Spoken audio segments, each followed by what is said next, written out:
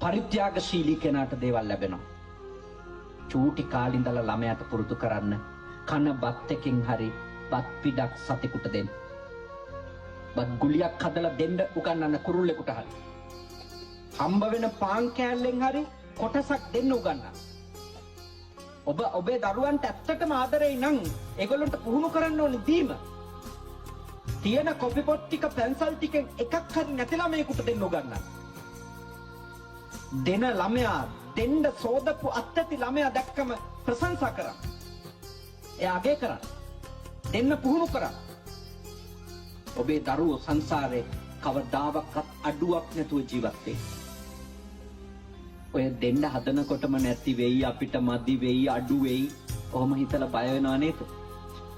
ඒගොල්ලොන්ට ඉතින් අඩුම තමයි. එක්කව කරගෙන ගොඩ ගහගෙන ඉඳිදි දාන්නෙම නැහැ, ගම් වතුරක් හරි ඇවිල්ලා උස්සන් යනවා. මොකක්වත් ඉතුරු වෙන්නේ නැහැ. දීපු අරන් යන්න පුළුවන්. දීපු අරන් යන්න පුළුවන්. සාමාන්‍ය ඉගැන්වීම නම් රැස් කරපු අරන් යන්න පුළුවන්.